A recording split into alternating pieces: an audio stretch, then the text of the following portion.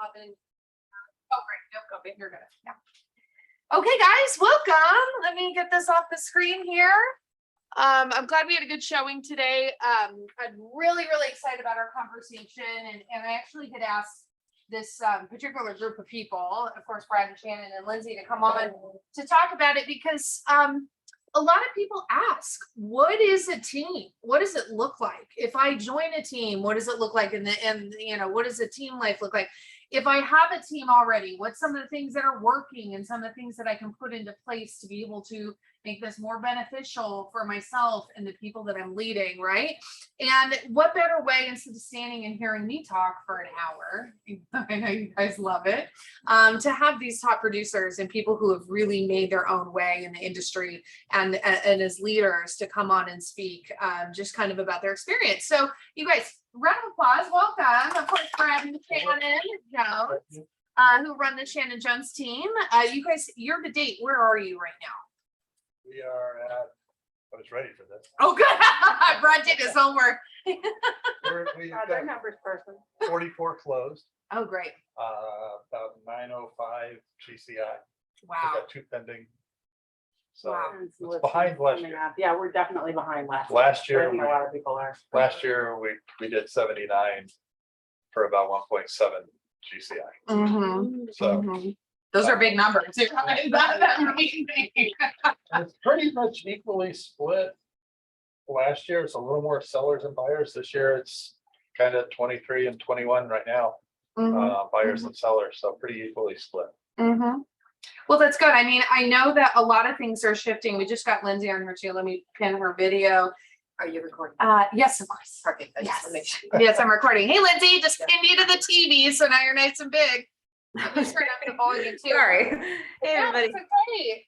We were just doing introductions here. So, and Brad and Shannon were just talking a little bit about the shifting market. And, you know, a lot of people's businesses aren't what it was last year. But I think the important part is that what you're sharing, how easily you just rattled that off, which is good. I'm sure it took a little bit of work behind the scenes to get there, but not generally, because that's one of the benefits that you guys have as a team is really tracking your numbers, right? And really knowing where you are and building that consistent structure.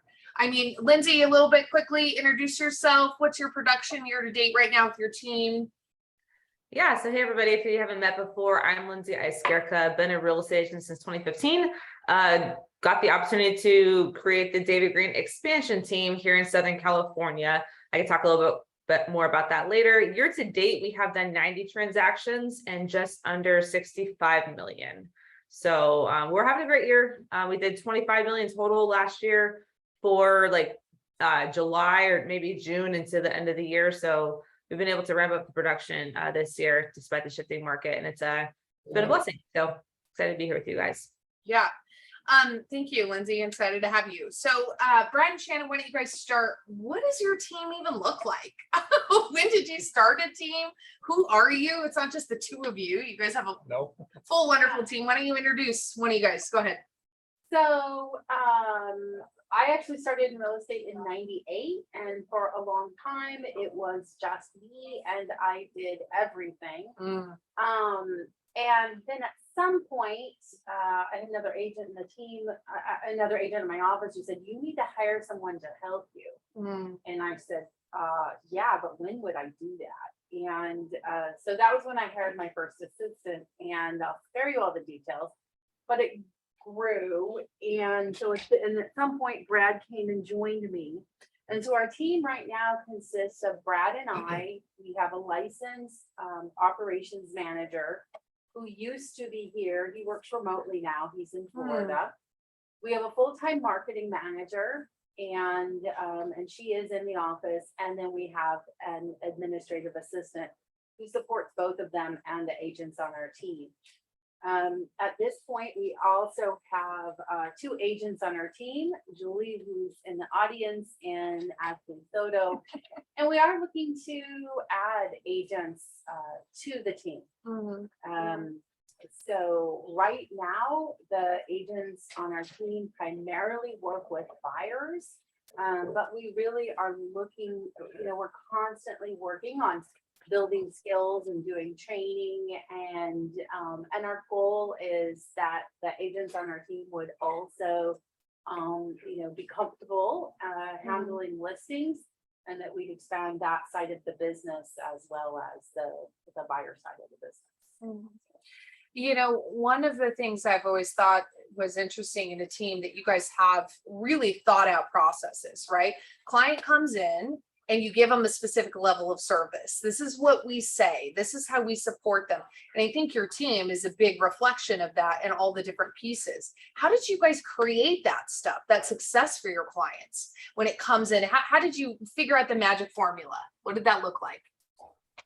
I would say it's really been a process, and we're constantly fine tuning and refining how we do. Yeah. But that is our goal, that every client who works with our team has a phenomenal experience, and that it is the same every time. So when we meet with a buyer, we have a specific way that we do our consultation. And we have a questionnaire that we send out ahead of time so we can get some information and make the best use of everyone's time. And everything is very systematized in terms of how we follow up with a lead and what we do once a buyer or a seller goes under contract and once they close. And so that happens the same way. A lot of our business does come from past clients or referrals from past clients. And so that's a significant portion of our business.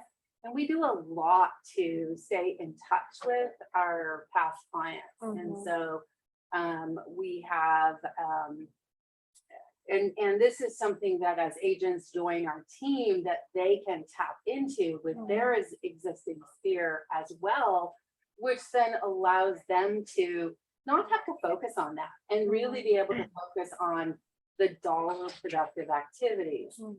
Because we have, for example, an e-newsletter that goes out every single week. We have a written newsletter that we send out every month, and it's very high quality, local original content.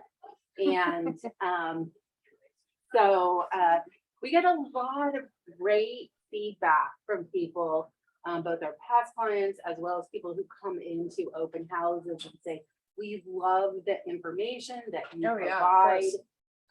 We do a lot of like our social media, and our YouTube content is very educationally focused and information based.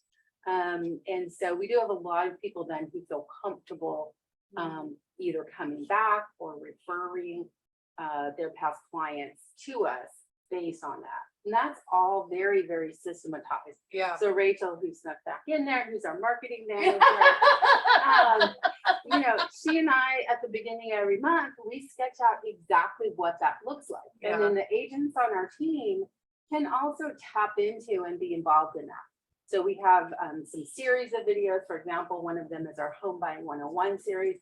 And if our agents want to be on that, that's awesome. They just work with Rachel to get their script approved, and then Rachel works with them to do that video. So if you're an agent and you think, if I only have the time to do this and that and whatnot, being a part of the team allows you to tap into that without having to spend a lot of time doing it. Right. And those of you that maybe don't know, Shannon's background, of course, was in print and media, newspaper media. So I think, definitely your marketing pieces that you put out there, your newsletter, even just your copy on social media stuff, and Rachel does a great job. It's just so eloquent. And I think it's really timely. And I think that's important because it's resonating with clients. Right? It's not something that's just being regurgitated 20 times, that someone copies and pastes from one of the many resources we have. But Lindsay, just speak really quickly, describe to us, what does your team dynamic look like? You guys are a massive group. You have this arm that, but even more importantly, speak about what the David Green team experience is. Like what do clients get when they work with someone from your team? Yeah, really good question. And I could probably spend the whole time talking about it. So when people come to David Green team, usually, and if you guys don't know, David Green, he's the host of the Bigger Pockets podcast. It's a real estate investing focused podcast. So we get a lot of people who are looking to what we call house hack. They want to buy a larger home than what they need, a duplex, triplex, quadruplex, and rent out the other units, or rent out room by room, get into short-term rentals, long-term rentals. That's really our niche that we serve. So when people come to David Green team, and of course we do primary home buyers too. Some people think they want to invest, but they're still renting, and like, hey, first step, let's get you into something, right? First step, let's stop the bleeding of rent money and get you into your starter home. Then that equity will scale your portfolio. So I work with all kinds of buyers and sellers, doing 1031 exchanges and things like that. So when they come to us, they really expect an investor-friendly agent who actually understands what they're trying to accomplish. So we go through a series of steps very similar to what the Jones team does. And very actually kind of, I want to throw this in here, interesting story. When I first got into real estate, before I was even licensed, I met with Brad at the old office over in Los Alamitos. So it was really cool. Remember that experience? Oh, how cool. So you came in as Yeah.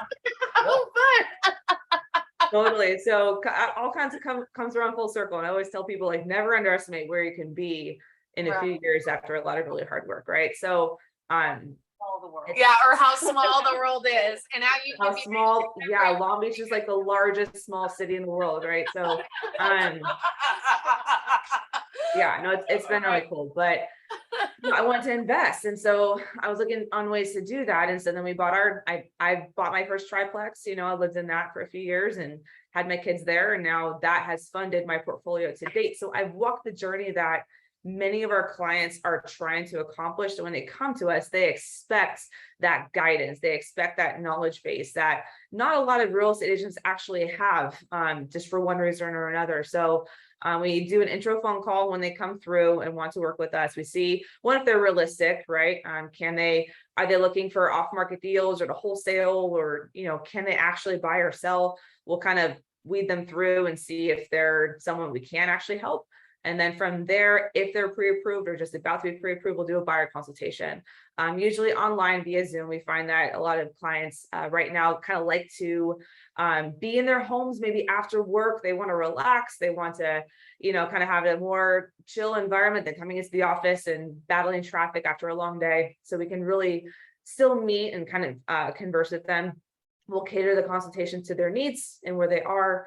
If they're a very seasoned investor or first-time home buyer, will cater to them based on my consultation. And then we start to show them houses, and we have a showing assistant model.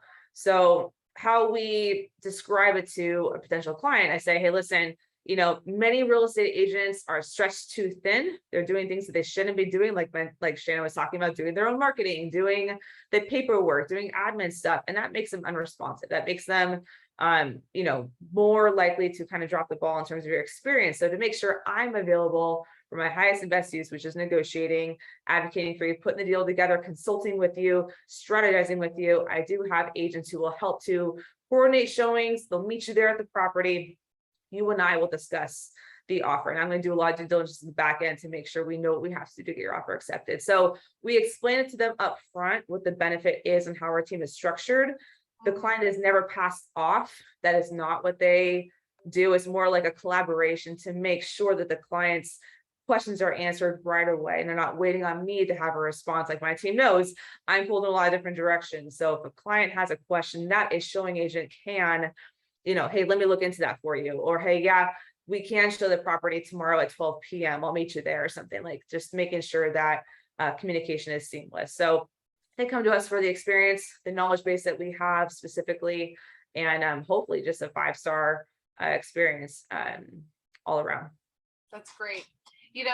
Both of you guys and your teams just have such great experience right now in this market and going through the shifting stuff. What are you seeing, Brad and Shannon, what you guys start, what are you seeing right now in the leads that are coming through, in the clients that you're trying to help?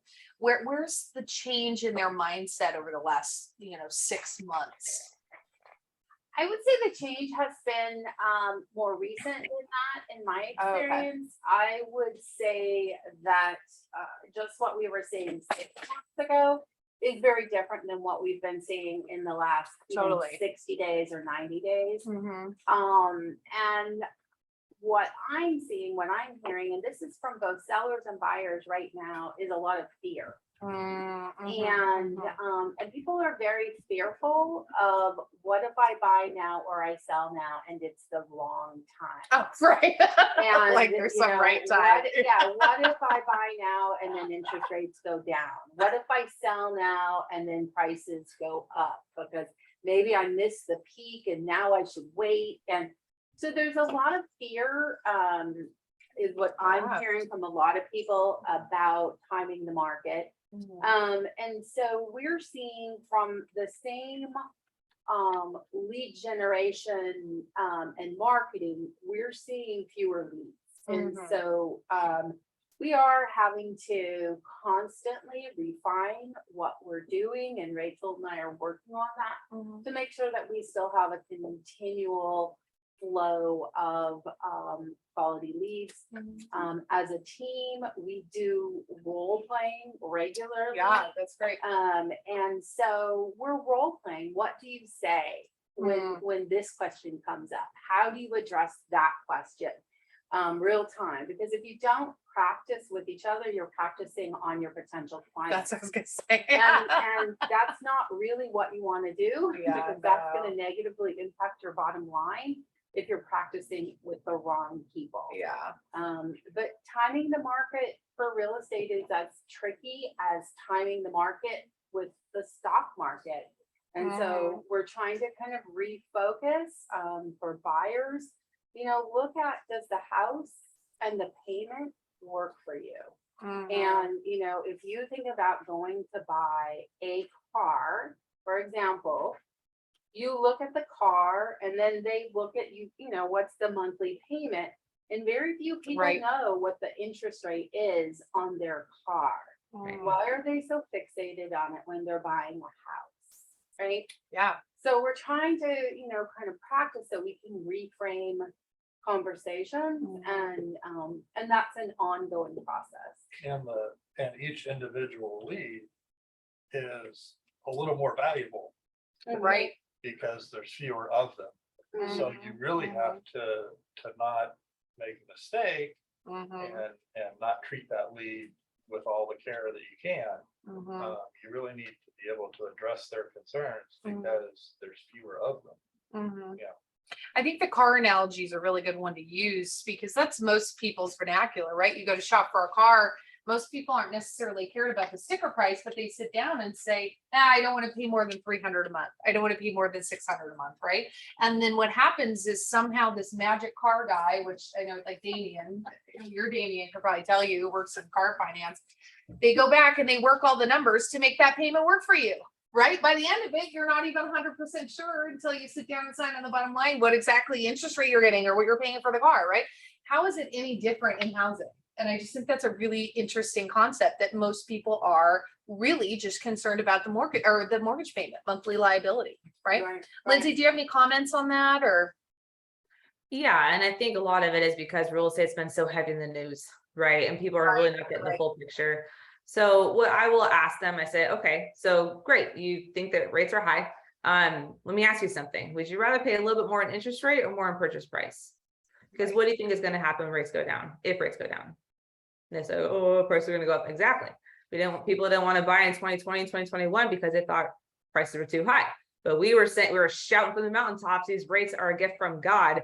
Take them, you crazy, right? Now people are not doing that. So I would rather negotiate a better deal for you today and into the fourth quarter, which is historically the best time to negotiate a better deal. More motivated sellers, fewer buyers in the market. Right. I can do a lot more things for you now than I could do 6 months ago. I'd rather have you get a better deal today with numbers that still work for you at today's interest rates. If and when prices drop, you'll refinance. You'll be on the refinancing side versus jumping into the market with everybody else who held off on the sidelines. Now you got to waive your appraisal contingency again. Now you got to do a 3-day home inspection period, right? all these crazy terms that me as a fiduciary don't feel very comfortable doing for you, but that's what it takes sometimes in that kind of a market. So what sounds better? Did anyone lock in 18% interest rates for 30 years? No, they refinance, right? Interest rates fluctuate. They will go back down at some point. We don't know when, really no one actually truly knows, but if the numbers work today, it can't get any worse. And so we're like, what happens if you don't buy? When was your rent last increase? And like, oh, maybe 2019. Yeah, it probably wasn't really increased during COVID, right? Well, you're kind of susceptible to rents going up. And So then we kind of have that conversation and just ask them all that. So trying to address their concerns are not wrong, but showing the alternatives, right? Like, what does that look like? And, I'd say that the leads, like they were saying, are fewer, but they're actually more savvy, which I'm actually kind of appreciative of right now, because if they're looking to buy in this market, they may have some concerns, but it's easier for me to kind of, I don't say talk them off the ledge. I won't encourage them to buy if it doesn't make sense for them, but I can address those concerns a little bit more easily because they may be so not fixated on other, like, I feel like the leads, 2020, 2021, they thought that we had to have a crash coming, or so they had a lot more fear and it was harder to get buyers to do what it takes to write those aggressive offers. Today, they like the fact that they can negotiate a little bit more, get some seller credits, get a better price, and things like that. So I think the leads are better quality right now, even if they are a bit fewer in quantity. And that's what we're seeing right now. Yeah, Shannon. And I think when it comes to, refinancing, they have to keep in mind that if you continue to rent, you can't refinance your rent. Right. And it's not going down, So Yeah. if you buy, you're building some equity Mhm. and you have the opportunity at some point in the future to lower the payment or at least to keep it the same. And you have no control if you continue to rent. Recession, inflation, all those things, you want to lock in your number one liability monthly, right? Like, that's the thing, is that those things are going to fluctuate. We're hearing stories now where people, above the law, unfortunately, are raising rents every year now, sometimes $800-900, well over the rates that we can locally here according to our laws, but yet it's still happening to them. They're just now coming to this realization. Have you guys taken a different tactic right now with any of your buyers and renters and things like that? Are you guys still doing like rent versus buy things? Are you doing it even more? Are you seeing those at all? We've talked about doing it even more. We haven't really done that. Yeah. It's still the same basic conversation. Yeah. Here's the benefits of owning. Excuse me. Here's the benefit, the negatives of renting. Mm-hmm. We haven't really that hasn't changed. changed. Yeah. Well, no, that's good to hear. The Yeah. That's good to concept hear. is still the same. Yeah. It's good to hear. We do bring it a little more local wide. Yeah. So like a lot of the buyers and sellers, they're hearing this national news or, Right, what's sure. in California, the average is this. But real estate is very specific. So you have to, in your conversations with your clients, be very specific with, hey, here's what's happening in the local market that you're looking at. If you're in Long Beach, here's what's happening in Long Beach. If you're in 90815, here's what's happening that local. Or if you're looking in Orange County, wherever, you just have to know those numbers and be able to say, hey, that, I hear what CNN said, but here's what's happening here. Right. So, question. I'm an agent on the Shannon Jones team, and I show up at whatever time today. What does my day look like on your team? What do I do every day? What does that look like? So we have a regular team meeting once a week. That's Mondays, and we go through all of our listings, our closings, any events or anything that's coming up, and then as a team, we go through all of our active clients, what they're looking for, or listings that are coming up, and that kind of frames our week. We have role playing every morning, 8:30 to 9, and then and that's done, the agents might be in the office or they might be at home. So we do it via Zoom. So it can be from wherever. And then we make our morning calls and, call current clients, leads, follow up with that. And then the day kind of falls into place after that, depending. So it might be that you have an appointment or a showing or an inspection. So just like as an individual agent, your day is going to vary depending on what you have going on. That role play will we'll start it by saying, does anybody have any specific, Oh, yeah. challenges that did you have a call yesterday that maybe they, had an objection you don't know if you handled quite right or not. So we'll talk those kinds of issues through, and then we'll take different scenarios. Yeah. And usually a couple of times, 2 to 3 times a week, we'll have an hour training block to go over, like we're doing our buyer presentations now. We're going through those and role playing those. We'll go through the contract. We'll go through, home inspections, whatever. But we'll have an hour of training for the agents on the team, and we kind of try and cover all the stuff. And we also have the training, we record that because we do it via Zoom. And so we've got a whole folder that has on our drive all of our trainings. So our trainings on the buyer consultation, our trainings on talking about the market and shifting, and we role play also. We record also the role playing. And so if there's an objection that's coming up a lot and we role play that, sometimes the agents will say, I want to go back and listen to that again, because that was really helpful. And that's something that's coming up a lot in conversation. So anyway, so that's what we do. That's good. Dedication to role play, I think, is so important. And the fact that you guys said you do it daily, I think is a great practice to get into that, most of us should, if not, because really you hear kind of the same objections all the time, right? Like, I'm not ready to move, or I'm not ready to sell. I'm not sure. What's the market doing, right? So you really can foresee kind of some of the same things that clients are saying and talking about. You can really hone in exactly what you're saying to make sure you're getting your point across, that they're feeling heard. Lindsay, like, what does it look like to be, an agent? I wake up, I'm Halley, I just joined DGT. Like, what does it look like to being an agent on your team? Buckle up. I think, right now for this, it's like drinking through a fire hose the minute that you do join.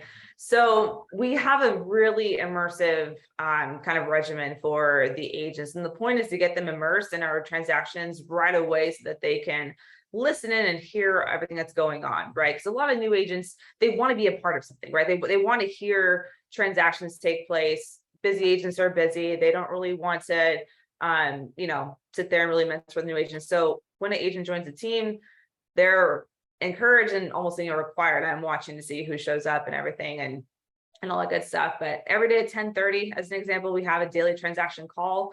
So for Southern California team, we have, I think, 12 in escrow, and that includes my San Diego little expansion. And also Northern California has 10 in escrow. So we go through every single deal every single day at 10:30 with our transaction coordinator team. I have a main transaction coordinator who handles the majority of the files. And so we'll just provide updates. Hey, the contingency removal is due today. Do you want me to send that out? Or what's the latest on this? Where are we at the loan? We have an in-house lending team as well. And the lenders will join in and they will provide their updates too. So the benefit of that is that lender and agent are communicating every single day on every single file. Where are we at? What are you missing?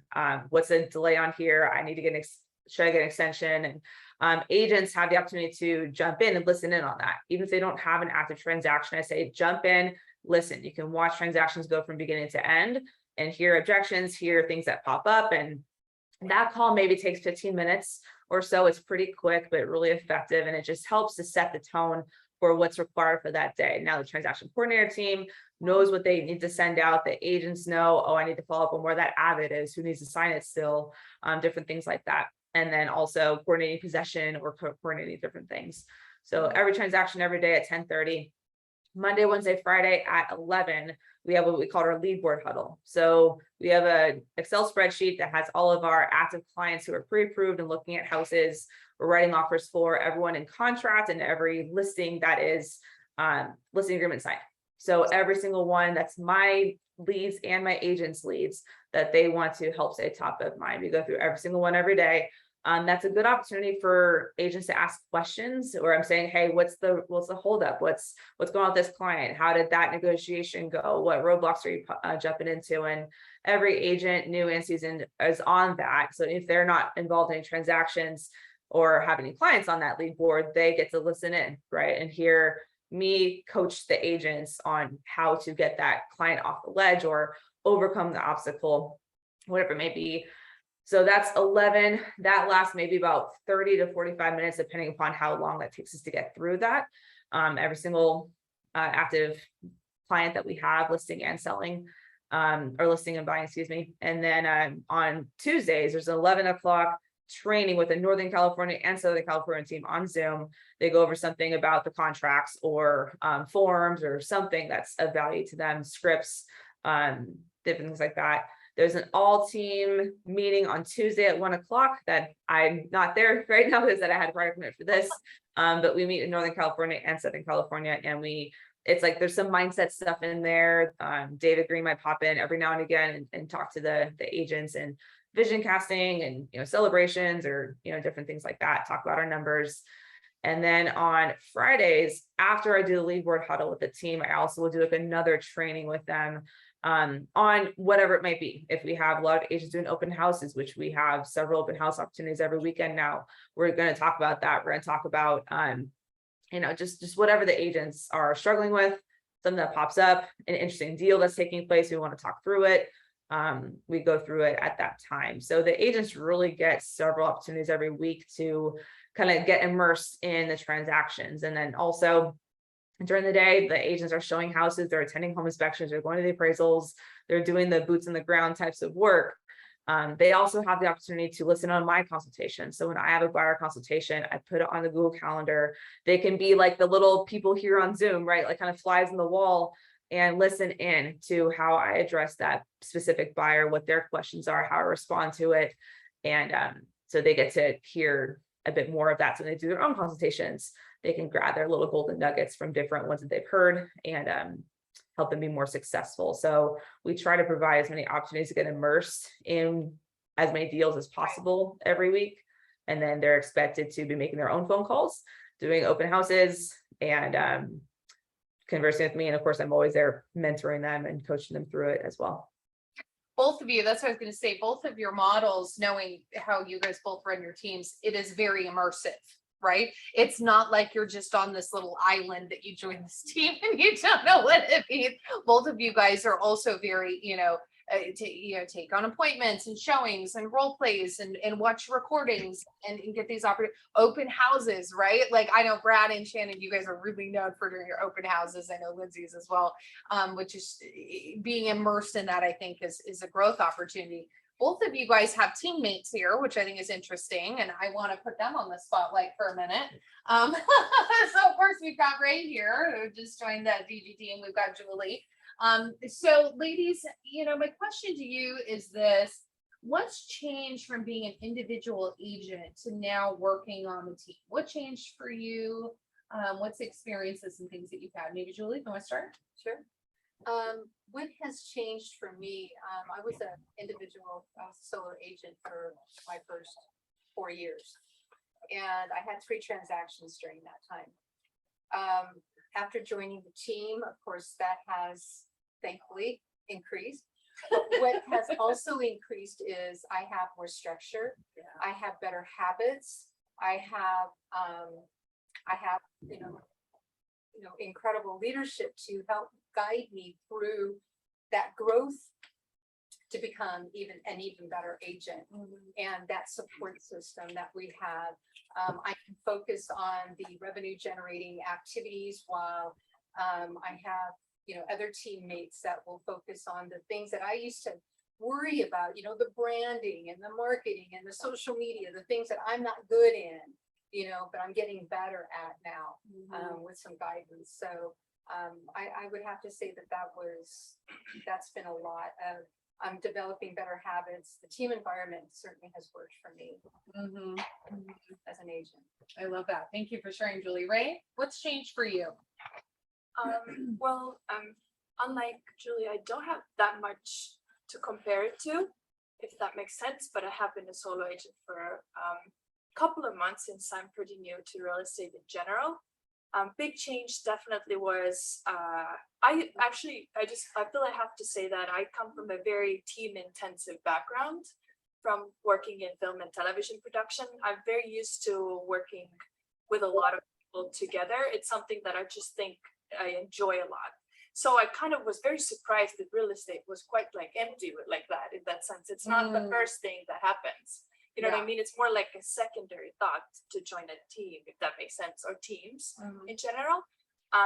So for me, what changed was that I just feel like I stepped on a train and I'm like not getting off, and I love that. If that makes sense. I love it. It's so like fast paced. It's like like exciting to me. That's like my soul is like just like singing the song every single day. I feel so happy being a part of such an immersive, such a fast paced environment. Like it's just there's a lot of like I feel like I've learned in this couple of weeks that I've been part of this team more than I've learned in those months that I've been on my own. So I feel like it's, but I want to also address what hasn't changed. Prospecting will not go away. People will not on the team do the work for you, the work that's hard, the work that's a grind, and the work that none of us want to do voluntarily. So that will always remain the chain. It's the same thing. And things in that sense, what you have to yourself do as an agent are still there and will always still be there, that will determine the success. The team will not determine your success. I think it's important to say that. You yourself will. You can, of course, utilize the good things about a team, but it's still a 1099 environment in that sense. So no one will like tell you, this is what you must do now. It's still, you are your own boss. If you don't take lead and charge of your own schedule and your own life, no matter whether you're on team or you're an individual agent, it's still gonna suck. Right. Just saying, the suck doesn't go away. The suck of prospecting. But Gary Keller said it best, where he stood up here on the mega camp stage and said, I don't like lead generating just as much as you guys don't like lead generating, right? And you hear this massively powerful guy say this, but then he said, I don't love or like lead generation, but I've made peace with it, right? I think that's important. And in a team dynamic, thank you, Ray, for approaching that. Lindsay and Brad and Shannon, they don't nail you down and go, okay, great, you have to sit here and make 100 calls and do all these things. But what they're going to do is say, this is what you need in order to be able to succeed. This is what we're going to say on the calls. This is how many, ratio of calls that we've learned, makes and results into a transaction. You're taking the models that work for these top producers, and they say, here's my model, right? We just did our initial pass at our business planning for the year for our team, and we looked at what are our team goals, what are individual goals. So everyone has their own goals, and we looked at, based on those goals, what do you need to do as an agent to achieve them? Okay, we can support you to do that, but we can't do the work for you. And so I think, if for someone who's looking to join a team, yes, there are systems, there's structure, there's support, there's training, but it doesn't mean that someone will actually do the work for you. So Ray is right, it's still gonna be work. And sometimes it's more fun to do it collaboratively because you've got other people who are working with you towards a common goal, who are cheering for you with those, individual who are better than successes. you. That's, I think, important too. We're just so much better than you are. So just like you gotta level up your game. It's like pushing you. In that sense. Absolutely. But at the end of the day, it is still work. And we've had agents join our team, and we've had agents leave the team. And I will say that most of the time when people have joined and left the team, they didn't really want to work. They thought that real estate was something where they could make a ton of money and work 10 or 15 hours a week. And if Who is that? No one in here. Nobody here. No one in this room. if you want to make a ton of money and work occasionally, sorta, kinda, 10 or 15 hours a week, you know, God bless you, but don't join our Get out of team. my office. So, Look at a poll, I know. I'm gonna see. Sorry. You're nodding as you were speaking. She was going, Well, like I tell my agents to say, listen, agent fail rate is very, very, very high, right? I can increase the odds of you succeeding drastically, but I cannot remove the hustle from you. Like I cannot take away the grind. It is a grind. Like, and I would share the story. I was like, you know, guys, I'm a mom. I have 2 young kids. And to make my business work, to make money, I would leave my newborn baby after nursing him and her, both my kids, and go do an open house. Because if I didn't, no one was going to come save me. Right? Like you have to have that, like kind of your back is against the wall. I have no other choice. I have no backup plan for you to get out of your comfort zone to go and do the work. But the good news is we're going to give you the systems and the tools and the scripts and the support to actually make your work more effective, but you still have to go do the work, right? And lead generation sucks, but so does being broke, and so does failing this business. So Right. which stuff do you want, right? And so when we look at bringing the team, I Go ahead. know we've had some agents who joined the team, like sold almost nothing, joined the team, sold a bunch of houses and said, wow, this is really easy. I I'm can like, do I'm this gonna go myself. back and do this myself. oh, yeah. Have left the team. We had one, and I'm not gonna say who it was, but he said, you know, I'm gonna go and brand myself. Okay. So the year, you know, you sold this many houses, and then the year after that, you sold this many houses. Right. How is that branding yourself going? You know, it's not easy to brand yourself. It's not easy to build up a database of thousands of people. Right. It's not easy to build, you know, 500-600 past clients who have been invited year after year to events, who think of you when they think of realtor. So when you join our team, you step into having that as a base level. Right. Yes, you still have to do work, but there's a good base level from which to do it. Yeah. So, I And love you it, have Brett. to- You have to, as an agent on a team, be able to set just a little bit of your ego aside and say, okay, this isn't all gonna be under my team. It's not gonna be the Shannon Jones team or the David Green. It's gonna be the Shannon Jones team or the David Green team. You know, it's gonna be Lindsay or Shannon or Brad. It's not gonna be my name on all the marketing. You have to be okay with that. You have to be okay with being successful and not having that ego attached to, oh, that's my name on the for sale sign. You know, so again, something to think about as we're talking to agents who are considering joining a team. You know, a lot of them ask, will it be your name on this, on the site? That's, it's always gonna be our name on the site. You'll have your name on the check. There you go. I love that. So we've got some people here on the call that, you know, might be getting to that part of their business where they're thinking about starting a team, right? They're going from an individual agent, seeing some success and thinking about partnering with other people. What comments, suggestions, tidbits can you guys share with someone who's interested in taking that next step? I would say first, you got to define your systems. Where do you need help? Right. I find like a lot of agents don't know what to delegate first. What part of their team should they coordinate? Should they hire first? Do you need an assistant? Should that assistant be licensed or not licensed? What specifically are you struggling with that you need to delegate first? So first identify where it is that you want support, because if you don't, then you're probably going to hire the wrong person without really knowing it. And then it's not going to be a good fit for both ways, right? So really identify what you want your structure to look like. And there's so many different ways to create a team. And so just figure out what's going to make you scale first, you know, whether that be an admin assistant, your own TC, whatever it might be, or is it a showing assistant?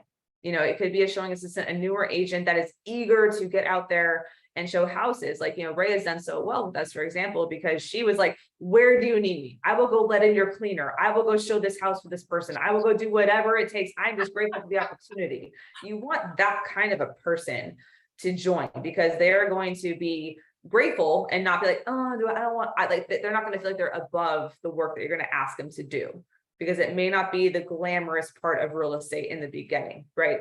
So identify where you need the help, identify what that first hire is going to be, and really systematize what your expectations are. As agents, we tend to not be the best at doing that, right? We're just kind of like, I need help, and we're all disorganized. So figure out really where you need help first before you try to create like a team of, you know, however many agents that like both of us have. Really identify where you need help first, and then the next steps will fall into place. And the person that you hire does not have to be as good as you, right? They just have to be good enough to take stuff off your plate so you can elevate yourself. So that would be my first piece of advice for those people listening. No, I would echo that, and I would say that, you know, go back to the MREA, because that That's what I was gonna say. spells it out, you know? Right. It really does. It spells out the process of forming a team. It spells out your first hire. Who should they be? What should they do? I think one thing that a lot of agents do is they tend to either skip hiring the admin, Right. and they just hire agents. And without an admin, it's just gonna be a lot of agents sort of doing whatever they want parallel, and not necessarily supporting, you know, having that support in place. And I think one of the benefits of joining a team with systems and processes and support is that you, I mean, I suck at organization. I am all me and some I. I have no. Lindsay's back there going, yep, me too. I have no S and no C. And so if I just hired other agents, there'd be a bunch of me's running around. You know, it would be horrible. So, you know, if you are thinking, okay, I'm gonna build a team, you know, MREA says start with the admin. Yeah. You don't start by hiring an agent. It seems like it would be easy, because then you don't have to necessarily do some of the things you don't want to do. But again, it's a shortcut that doesn't take you where you want to go. Long term in that structure. Both of you guys, I do have to, you know, give you guys both shout outs. Both of you guys do run the organization model almost to a T from the MREA, and you both speak red and have started that way. I mean, Lindsay, I saw you guys growing your team from the get-go. I mean, I haven't had the pleasure to see that in Brett and Shannon, because you guys have been around for so long, but you have the admin, you have the marketing person, you have the listing coordinator, right? And then in the end, you started having the layer of the buyer's agents, right? And I just laughed because I had to give Richard a little nod, but sometimes it's that realization, right? That you have to start from the bottom up, that all of you guys did that. We And have to have enough business to say, okay, I've reached the level of business, I can no longer do it myself. What's my next step? Okay, I'm Right. gonna hire an assistant. Right. And then you reach another level of business and you say, what's the next step? It's probably hiring another assistant and or showing agent, Exactly. and you're still the agent. And then you add an agent. And But you don't skip that step, like Shannon said, because if you're looking as an agent, looking, should I join a team or not? Could you plug into a role on a team that already exists? And I would say I worked as a solo agent the first probably 2.5, 3 years of my business, and was selling consistently between 26 and 28 homes a year without an assistant, without a transaction coordinator. And, you know, I did everything.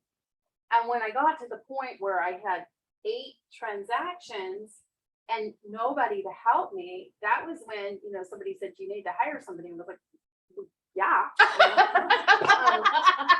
But, you know, if you're doing 10 transactions a year, 12 transactions a year, you really probably don't need to form a team.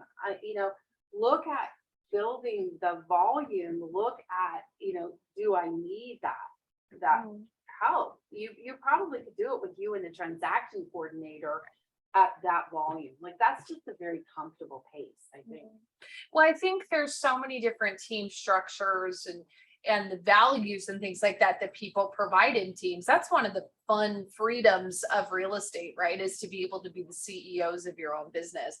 And that's, starting a team is just leveling that up, right? As an individual agent, you're a CEO of your own business, but then you're now becoming the CEO of other people's businesses, right? Which I think is an interesting concept that we have to think about. But regardless of volume and transactions and things like that, you really have to understand what's your value as a rainmaker, right? What is it that you're bringing to those people that are on that team?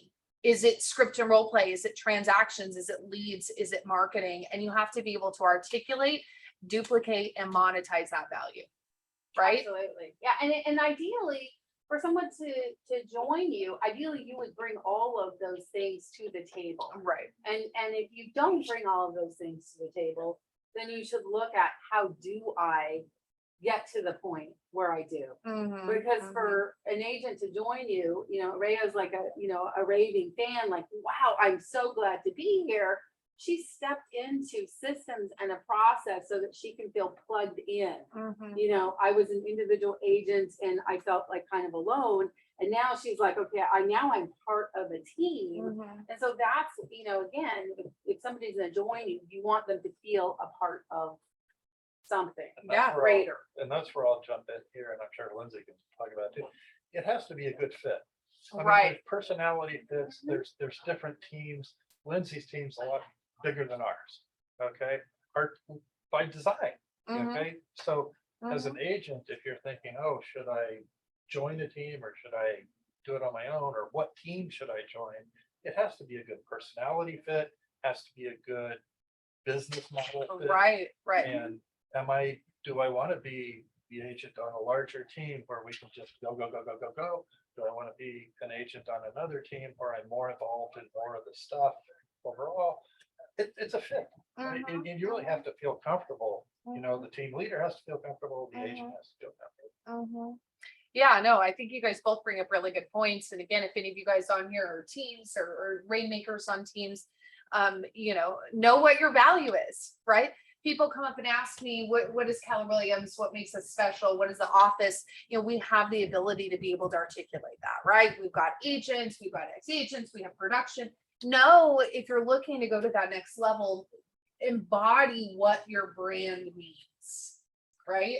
Embody what all of that means so you can articulate it to your clients and the people that are pretending or that might join you on the journey. Yeah, right. I just want to add to all the agents that are out there thinking about joining a team. Just wanted to give some advice what to think of also, since I just came from that thought process, if that makes any sense. Of course. Number one thing is look at your own values. Look at what you want to leverage from your values. Do you have, for instance, how much time do you want to put in? How much time do you have in a day to put in? Do you value where do like an attitude check also? Like, what do you like? Are you okay? Just like Brad said, also, like, are you okay to take a step back and like be sort of a person that will actually be someone that's like of service, like of help, of like assistance, versus like not having any transactions going on, but you got a big ego. You know what I mean? That's very important too. Like, you gotta check that ego too, because Really good point. when you're on a team, they like.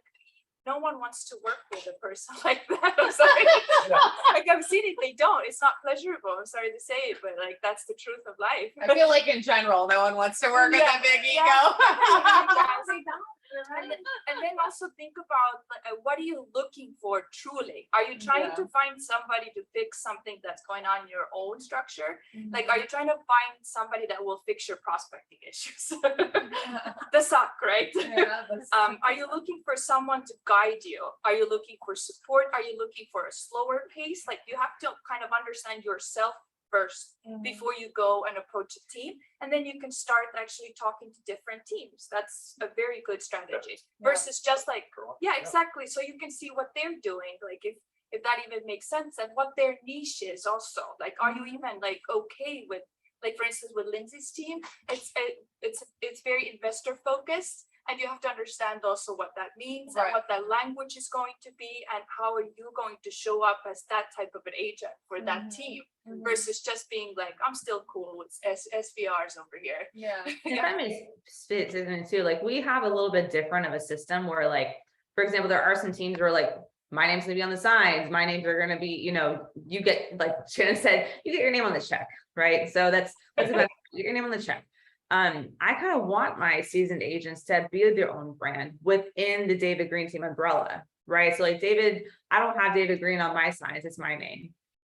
So I want each of my agents, so like we serve from like Northern LA County, like my furthest agents in Santa Clarita, now all the way down to San Diego. So we cover a wide area, which is why the team is a little bit bigger. I would say we only have we have a lot of agents from all over that join coastal, but they don't live in Long Beach. So we serve, Northern LA County and Inland Empire, deserts, mountains, all the things.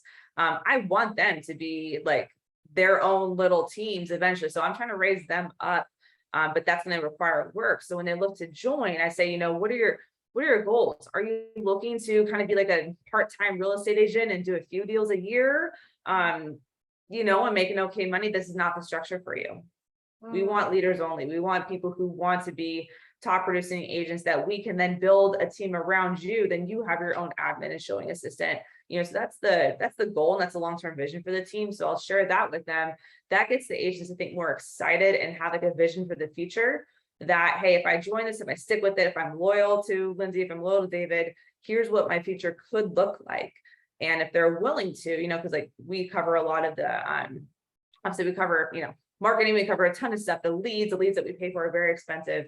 We cover all that. And so my seasoned agents now get those leads from bigger pockets given to them. So they've put the work in their last, 14, 15, 16 months at least. And now they get the benefit of having leads. And now they're like, I'm hiring more support for them. So that's where like the newer wave that I've hired of agents now are supporting some of our seasoned agents and myself. I'm still very much in production. I don't want to not be in production. So like I more want my agents to be top producers. So like I have to level up. So if you are thinking of joining a team, you have to know that you are now responsible for all those people who are looking to you for opportunity.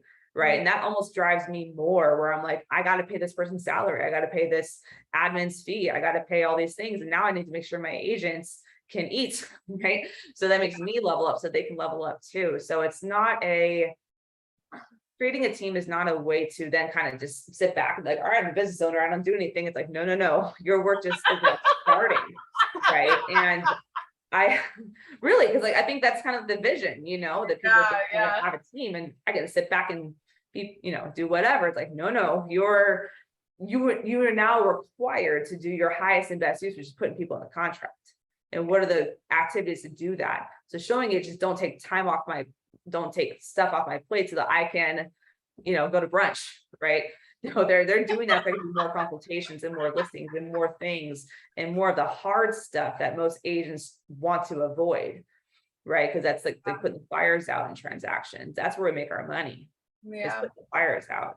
So we have a little bit different, but I think just understanding creating a team does not make your life easier. Creating a team actually makes you more responsible, more accountable for the people that are looking to you for opportunity. And some people are ready for that. And I would say most people aren't. So just kind of have that honest conversation with yourself about it. You guys, I want to respect all of your time. Thank you so much. I appreciate you guys joining me and sharing all these things. It's my assumption that both of you guys are hiring or interested in having that conversation with potential people. So thank you so much. Hopefully you guys got something out of this today, and let's give a round of applause to our guests. Thank you so very much. I appreciate you guys. Okay, have a good rest of your day. Thanks, Lindsay. Thanks, Thank you. Newbies. We were coaching.